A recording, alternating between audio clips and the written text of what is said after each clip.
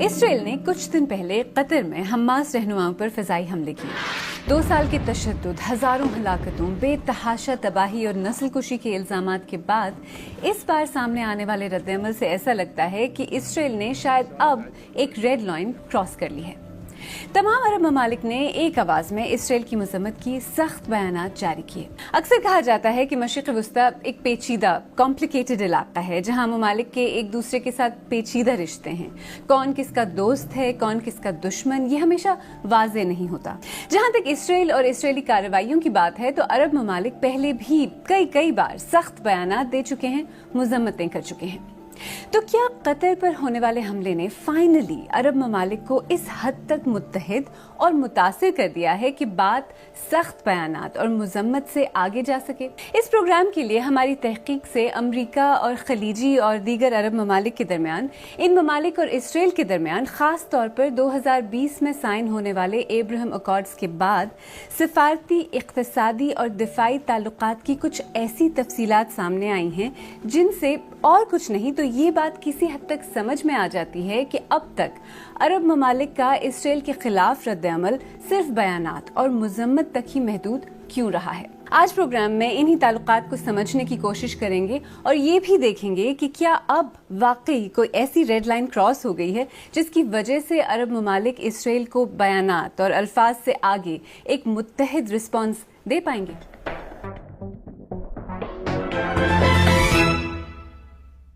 قطر پر ہونے والے حملے پر اس وقت بات ہو رہی ہے، لیکن آئیں اس فلم کو ذرا ریوائنڈ کرتے ہیں۔ غزہ پر جاری بمباری اور حملوں کے ساتھ ساتھ اسرائیل پچھلے 2 سال میں فلسطینی علاقوں سمیت 6 عرب ممالک پر حملے کر چکا ہے۔ لبنان میں حزب اللہ کے خلاف پیجر اٹیکس شاید آپ کو یاد ہوں، پھر اس کے بعد بمباری۔ یمن کا دارالحکومت صنعا بھی کئی بار اسرائیلی حملوں کا نشانہ بن چکا ہے۔ پھر اس کے بعد دسمبر 2024 میں شام میں بشار الاسد کی حکومت کے خاتمے کے بعد اسرائیل نے شام میں ایئرپورٹس، ملٹری انفراسٹرکچر اور دیگر اہداف پر بمباری کی۔ جون 2025 میں اسرائیل نے ایران میں متعدد اہداف پر فضائی حملے کیے۔ قطر پر اسرائیلی حملوں کے بعد دوحہ میں عرب اور مسلم ممالک کی ایک ایمرجنسی سمٹ ہوئی جس میں عرب لیگ اور آرگنائزیشن آف اسلامک کوآپریشن کے تقریباً 60 ارکان ممالک نے شرکت کی۔ اس سمٹ میں لیڈرز نے کہا کہ اسرائیل کی طرف سے اس انپریسیڈنٹڈ یعنی پہلے کبھی نہ ہونے والی ایسکلیشن کے بعد یہ ایک متحد پیغام بھیجنے کے لیے نازک اور اہم لمحہ ہے۔ انفیکٹ اس بار تو امریکہ تک نے قطر میں ہونے والے اسرائیلی حملے کی مذمت کی۔ Unilateral bombing inside Qatar, a sovereign nation working very hard and bravely taking risks alongside the United States to broker peace, does not advance Israel's or America's goals. اس کے باوجود اسرائیل کے موقف اور لہجے پر کوئی خاص فرق پڑتا نظر نہیں آ رہا۔ دیکھیں، یہ پہلا موقع نہیں ہے جب اسرائیل کی طرف سے کارروائیوں کے بعد عرب اور مسلم ممالک نے سخت بیانات دیے۔ انفیکٹ اس کی ایک پوری تاریخ ہے۔ اسی سال اگست میں عرب لیگ اور دیگر مسلم ممالک نے ایک مشترکہ بیان میں اسرائیلی وزیر اعظم بنیامین نیتن یاہو کے گریٹر اسرائیل منصوبے کی مذمت کی اور کہا کہ یہ بین الاقوامی قوانین اور مستحکم بین الاقوامی تعلقات کی واضح اور خطرناک خلاف ورزی ہے۔ اس سے پہلے اسرائیل کی طرف سے ایران پر ہونے والے حملوں کے بعد بھی عرب اور مسلم ممالک نے اس پر شدید تشویش کا اظہار کیا تھا اور اسرائیل کی مذمت کی تھی۔ لبنان پر اسرائیلی حملوں پر بھی گلف کوآپریشن کونسل نے اس کی مذمت کی تھی اور شدید اثرات کے بارے میں خبردار کیا تھا۔ کہنے کا مطلب یہ ہے کہ مذمت، سخت بیانات، عرب اور مسلم رسپانس بظاہر ہمیشہ بس یہیں تک آ کر رک جاتا ہے۔ عرب ممالک کی اس رد عمل یا مؤثر رد عمل کی کمی کے بارے میں تفصیل سے بات کریں گے، لیکن ایک سوال ذہن میں یہ بھی آتا ہے کہ اسرائیل کا گیم پلان آخر ہے کیا؟ وہاں اس وقت کیا سوچ ہے؟ اس طرح قطر پر حملہ کرنا، ممکنہ طور پر تمام عرب ممالک کو اپنے خلاف کر دینا، امریکہ تک سے سخت الفاظ سننا، اس کے پیچھے مقصد کیا ہے؟ میں نے یہی سوال یروشلم میں مقیم صحافی ہریندر مشرا سے پوچھا۔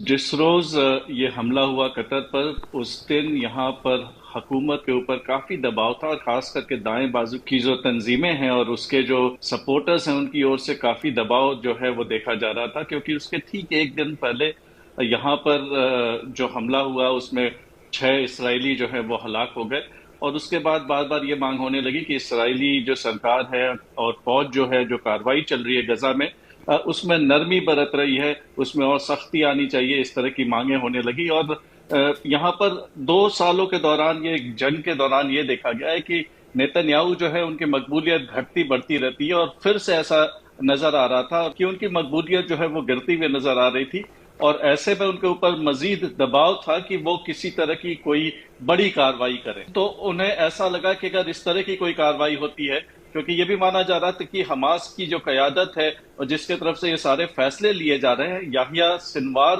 کی ہلاکت کے بعد یہ سارے فیصلے جو ہیں وہ دوحہ سے لیے جا رہے ہیں۔ یحییٰ سنوار کی ہلاکت کے بعد خلیل القیہ جو ہیں وہ سارے جو ہیں فیصلے ان کی طرف سے لیے جا رہے ہیں، اور ایسے میں جو قیادت جو ہے قطر میں اس کے اوپر اگر کوئی بڑی کارروائی ہوتی ہے تو نہ صرف ان کی مقبولیت یہاں پر اپنے سپورٹرز میں پھر سے واپس بڑھے گی، بلکہ ان کا یہ ماننا تھا کہ جو نیتن یاہو کی جو حکومت ہے اور ان کے جو دائیں بازو کی جو تنظیمیں ان کا ساتھ دے رہی ہیں مخلوط حکومت میں، وہ بھی پھر سے ان کے ساتھ پوری طرح سے کھڑی رہیں گی۔ اور کیا اسرائیل کو اب بھی یہ اطمینان ہے کہ امریکہ اب بھی اس کے پیچھے ویسے ہی کھڑا ہے جیسے وہ 2 سال سے کھڑا ہے پچھلے یا اس سے پہلے بھی کھڑا رہا ہے؟ یہاں پر میڈیا پہ جس طرح کی چرچا جو ہے لگاتار ہو رہی ہے، اس میں صاف طور پہ یہ کہا جا رہا ہے کہ اسرائیل میں کچھ ایسا ہوا ہے۔ شروعاتی دور میں ٹرمپ جو ہے وہ کافی ناراض نظر آ رہے تھے، اسرائیل سے ناراض نہیں بلکہ یہاں پر وزیر اعظم بنجامن نیتن یاہو سے کافی ناراض نظر آ رہے تھے، لیکن اب وہ چیز جو ہے وہ بدل گئی ہے۔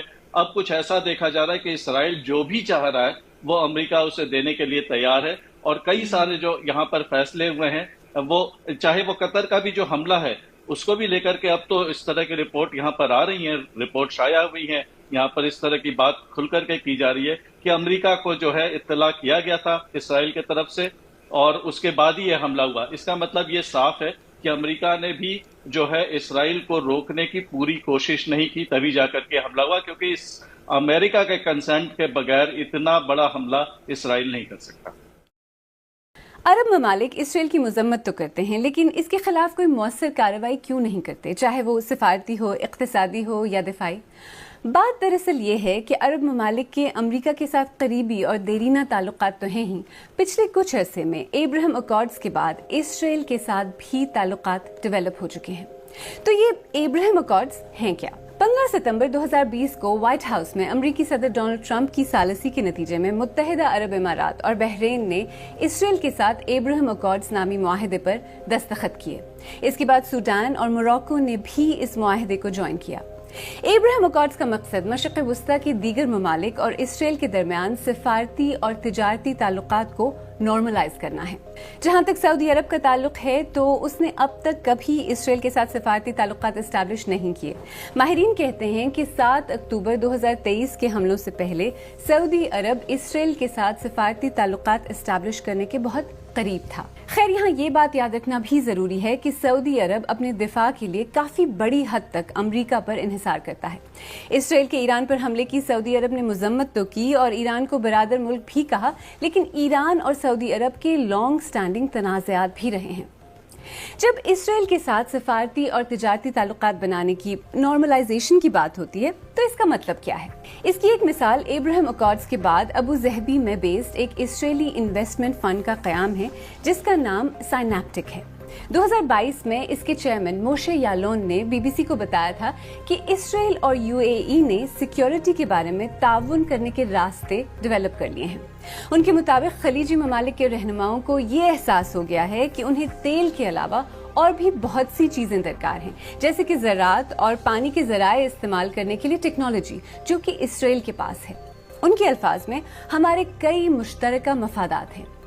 انٹرسٹنگ بات یہ ہے کہ موشے یالون 2013 سے 2016 تک اسرائیل کے وزیر دفاع تھے۔ اس کی امپلیکیشن یہ بھی ہے کہ ایبراہم اکارڈ سائن ہونے کے بعد اسرائیل نے مبینہ طور پر آرمز سیلز یعنی ہتھیاروں کی سیل کے ریکارڈ توڑ دیے۔